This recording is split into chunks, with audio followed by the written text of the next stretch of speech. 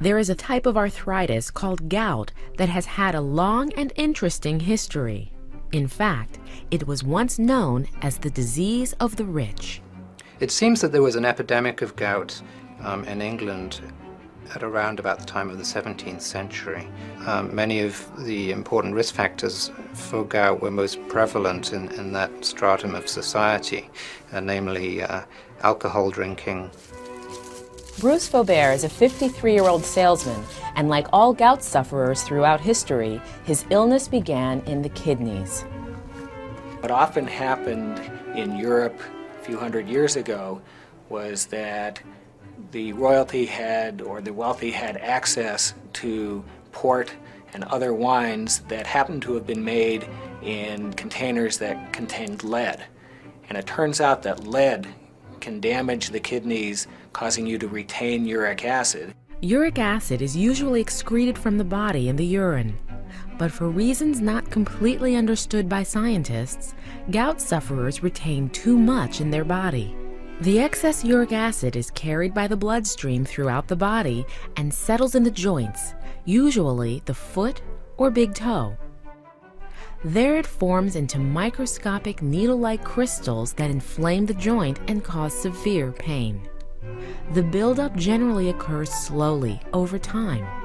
But once enough uric acid has collected, a gout attack usually happens very quickly.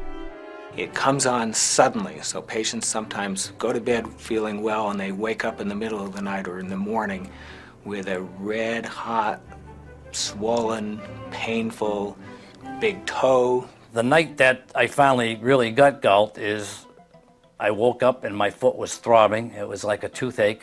I had to take the covers off it. The actual covers hurt the foot. I couldn't put the foot down on the floor. I kind of had to hobble around, and even that was sore because your whole foot's swollen and red. It feels like somebody actually hit your foot with a sledgehammer. That's how bad it is.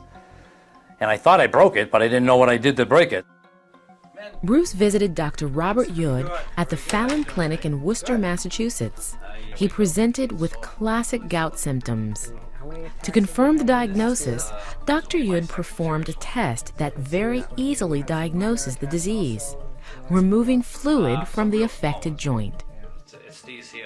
Far and away the best and most reliable way to diagnose gout is to drain some fluid and look at it under the microscope, because you can see the sodium urate or uric acid crystals under the microscope and make an absolutely definitive diagnosis of gout. Gout affects 2.4 million Americans. Although it can't be cured, it is the most treatable form of arthritis. Well, when I have an attack coming on now, I actually get a little soreness in my big toe, but if I start taking my medication, it normally knocks it right out and I'm fine.